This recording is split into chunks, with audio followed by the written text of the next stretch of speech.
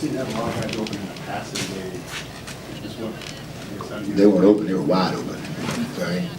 And, again, like I was just talking a minute ago, we have some really good young defensive backs, exceptional. I think it's as good a group of young defensive backs that I've ever been around, but they're very young.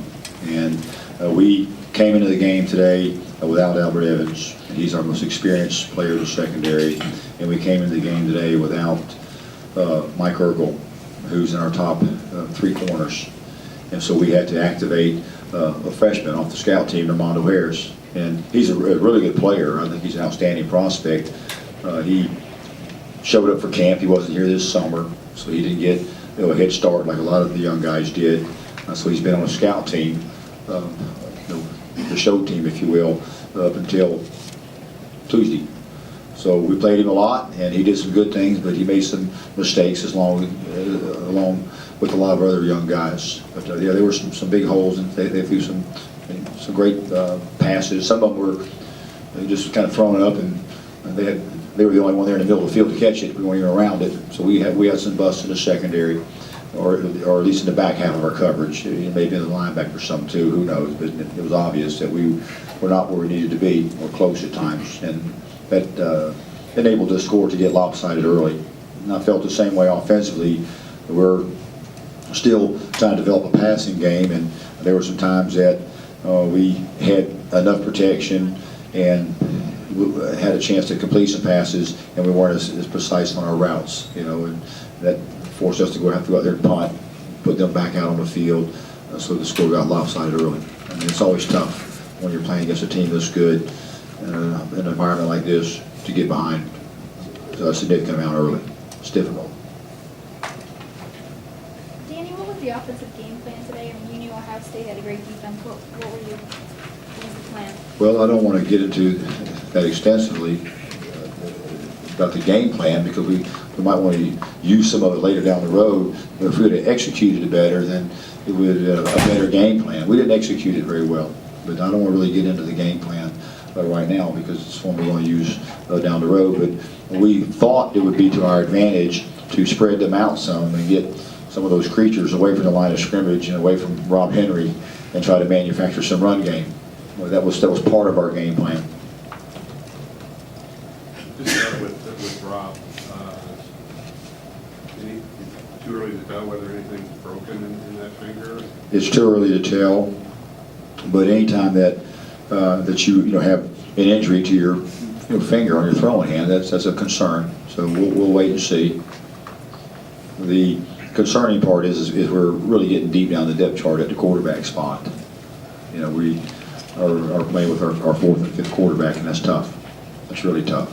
But we'll do some things, and we'll get creative, and we'll find some ways to manufacture some offense regardless who we have. Back behind the center. Maybe too early, but any chance you get Justin Siller back this week, and could he factor into that? Yeah, I sure hope so. But your guess is as good as mine. Danny, on the muffed punt early that was reviewed and upheld on the fumble, were you asking whether the blocker got pushed into your receiver, your catcher, or what? That was the part I was trying to figure out. Okay. And then there's certain types of plays are reviewable, certain types are not, but they're always reviewing up in the box. So I was assuming that they saw what they had to see and had a handle on it. I was just trying to get from the officials exactly what happened. I figured they knew, since they were the ones that were throwing the flags and had the chance to review it up in the box. And I still didn't get a straight answer. And I'm still not entirely sure what happened. We have a copy of the film, so we'll figure it out tomorrow when we look at it. Danny, the way Sean played for Robinson? It's hard to tell. So yeah, he did some good things. He threw some nice passes there in the end, and once he settled down, I thought he did some good things. He's a very good talent, and was recruited to play in a style of offense that we run here at Purdue. So we're excited about him. We just didn't anticipate him having to be, in a big game so early in his career. This wasn't part of the master plan, if you will, to bring him in and play him right away. We intended on redshirting him, but we're at where we're at from a depth chart standpoint, and he's going to have to play a lot. Danny, can you tell us about Deer King and his inability to play today? He was injured in the game last week, and we treated him throughout the course of the week, and he got some reps in practice, but they were non-contact reps. We put him in a green shirt, and we let him get ball exchanges and run the football some through the holes and go through some blitz pickup from an assignment standpoint, but no contact whatsoever. And he was really sore and really stiff, and we were concerned from a health standpoint to put him in a game. He would have gone if we would have asked him to, but we weren't going to ask him to based on the safety issue. And I really appreciate Danny D. He's a heck of a football player, and he's a great team guy, and we missed him out there today, but we need him for down the road, and we weren't going to go out there today and get him injured, and that was for sure.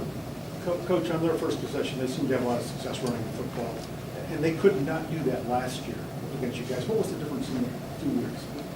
Well, I have to look at the film and see. We missed some tackles early in the game, and I thought they did a good job from play calling. There were some different varieties of run plays. There were some times in the game that we stepped up and did a good job stopping the run, and they're a great football team with great football players, and they manufactured some run. They averaged 210 yards rushing a game.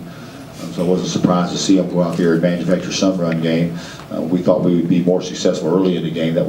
We thought would be one of our keys to victory would be come out there and be successful early and keep the game close. And we knew if we got lopsided that things could get out of hand in a hurry. Coach, did you feel like Ohio State's game last week with Wisconsin was more of an anomaly as what kind of team they really are? I think Wisconsin's a great football team, and I think Ohio State's a great football team, and I think Wisconsin played better last week. I think Ohio State's a great football team, and I think we're going to be a great football team. I think Ohio State played a lot better today, and they have a little more ammo than we do.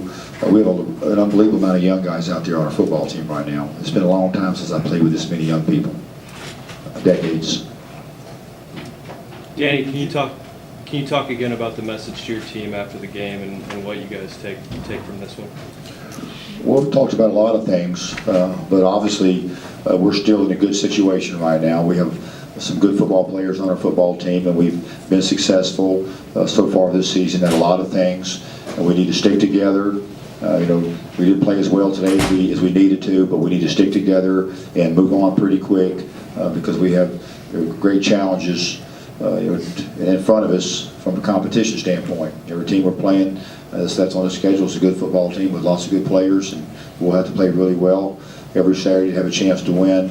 But I think one of the messages that I sent today that I think was really important is, and it happens everywhere, not just our team, but sometimes you can be down the list on the depth chart and don't assume that you're one of the guys, and then all of a sudden you have a rash of injury, and then your time comes. So we need to make sure that regardless of where we're at on the depth chart, that we go out there every day focused up trying to get better, just like you were a starter whether you are or you're not, because it doesn't take long to get from number 1 on the depth chart all the way down to the 4th or the 5th guy, and it's happened to us some, and some of those young guys aren't quite ready to play yet. Some of it is because they're young, and some of it is because they were so far down the depth chart, they might not have thought their chance would come this soon. So we have to go out and practice. Everybody on the football team or anybody that's going to get on that bus has to assume that he might be a starter on any given Saturday, and that would be a good direction for our football team to go in. Andy, the field goal attempt with 31 seconds left, did you just want to get the kicker to swing out there, or was it important to you to get points on the board? I wanted to get points on the board, and we had, obviously towards the end of the game, it looked like we weren't going to win it.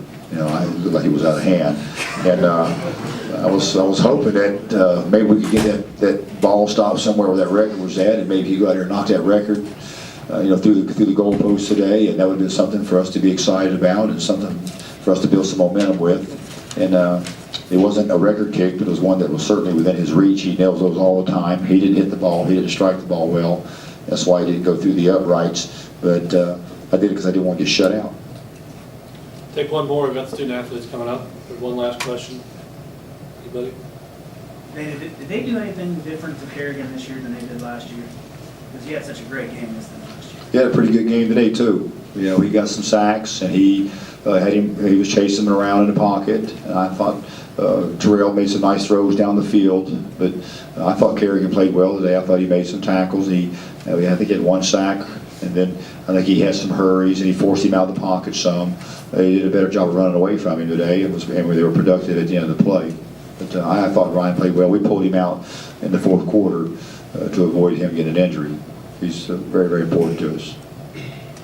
Just go. Thanks, guys. We'll bring Sean Robinson up.